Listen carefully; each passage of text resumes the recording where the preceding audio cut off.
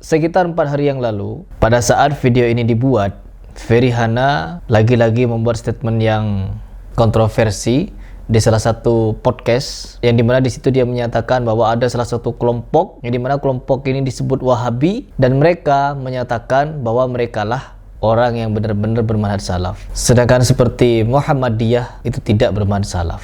Jadi manhaj salaf ini kan adalah manhaj sebuah jalan, ya, sebuah thariqah.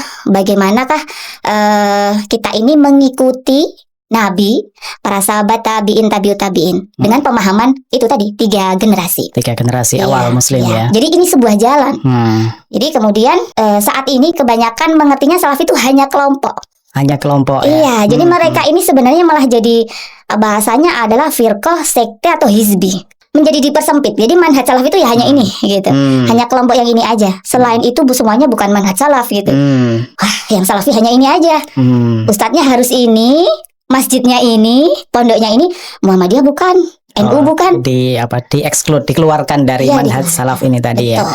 Ini sungguh tuduhan yang sangat luar biasa konyol, teman-teman. Yang dimana saya sendiri pun kenal beberapa asatid, kenal banyak orang yang bermanhaj salaf. Mereka tidak ada masalah apapun dengan Muhammadiyah, dan tidak pernah mereka membicarakan bahwa Muhammadiyah itu adalah tidak bermanhaj salaf. Malah mereka mengatakan bahwa orang-orang Muhammadiyah jemaah salafi juga. Yang dimana kita juga menyaksikan seperti pimpinan Muhammadiyah, mereka menyatakan bahwa salafi bukanlah aliran yang sesat. Masjid kami dibakar oleh sesama muslim yang mengaku aswaja atau tradisional.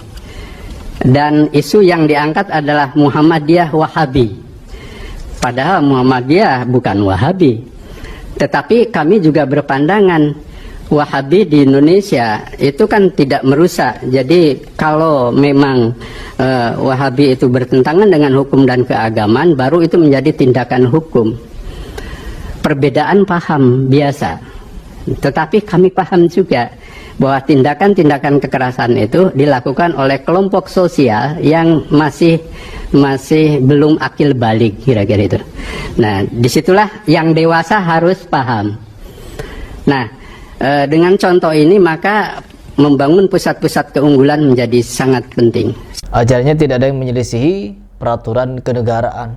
Ya, ini petinggi Muhammadiyah sendiri yang berbicara ketika Masjid Muhammadiyah dibakar oleh sekelompok orang yang mengaku-ngaku aswaja. Lalu keluar pernyataan dari Ferihana kalau orang-orang salafi malah menyatakan Muhammadiyah bukan bagian dari salafi. Ini kan kekonyolan. Meskipun tidak bisa kita sembunyikan seperti keberadaan Ustadz Adi Hidayat itu, beliau, kalau kita melihat apakah beliau bermanhaj salaf? Tidak, teman-teman. Karena pernyataan-pernyataan dia, fatwa-fatwa dia bertentangan dengan beberapa asatid salafi baik di Indonesia ataupun di Saudi. Ini hal-hal yang sangat mengerikan, yang dimana diakui bahwa Ustadz Adi Hidayat perwakilan Muhammadiyah, padahal dia sendiri memuja-muji Habib di Muhammadiyah, tak mengenal istilah Habib. Hanya di golongan aswaja atau NU yang di dalamnya banyak sekali membludak Habib-Habib, dan beserta ajaran yang memang dibuat-buat oleh Habib ada di sana. Dan kalau kita berbicara lagi masalah Ferihana di video dia yang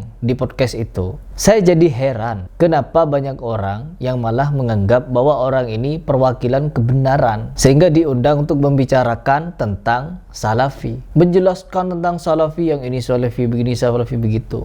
Ini konyol, teman-teman. Dan yang paling menggelikan, dia juga menyatakan bahwa makin ngaco, teman-teman, ketika kita menonton podcast ini. Katanya meskipun kita berjalan sendirian, maka kita bisa selamat, termasuk dari salah satu golongan yang selamat di antara 73 golongan itu.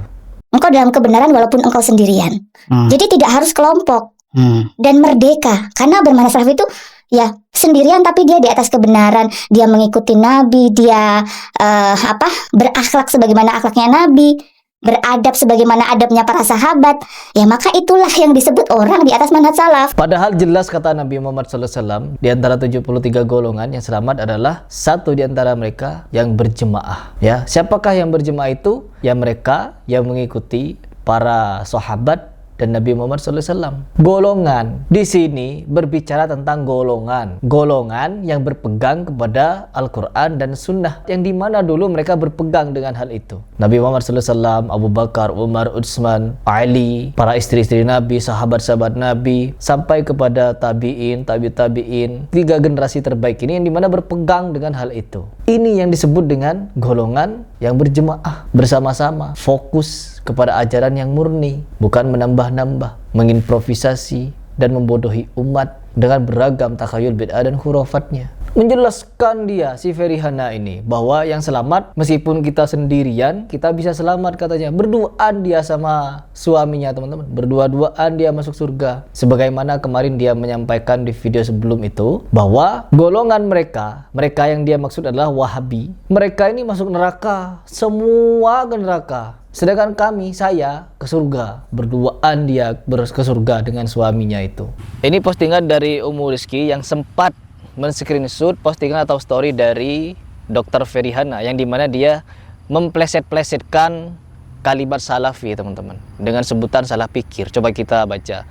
Pengalaman saya, ini kata Ferihana ya, 20 tahun sudah membuat kami kenyang dengan kejahatan kelompok pengajian salah pikir. Beberapa tahun kemarin saya sempat nurut tuh sama mereka, tapi saya belajar dari banyak pihak, pakai F, teman-teman, pihak.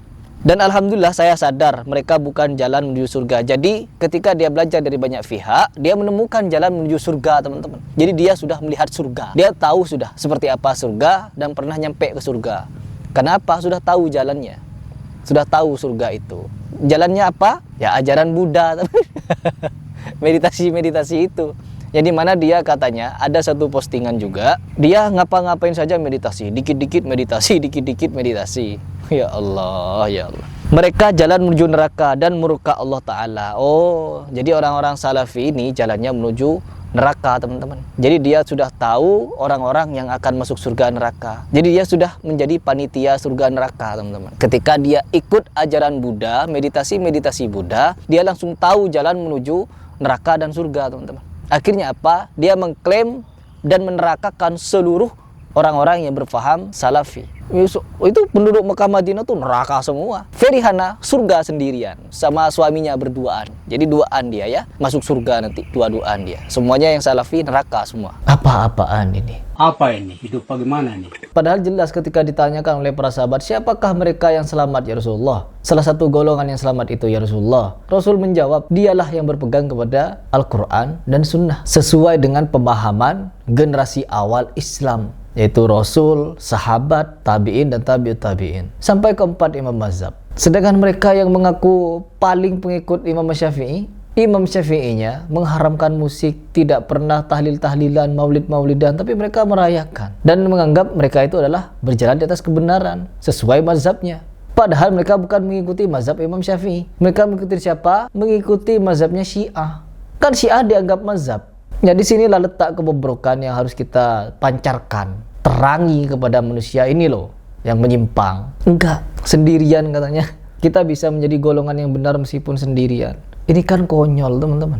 Jadi mari, memang di sekitaran kita ada orang-orang yang sedemikian rupa ini menyimpang jauh dari kebenaran, malah mendakwahkan agama di luar Islam. Ajaran Buddha itu begini loh, begitu loh agama Buddha itu.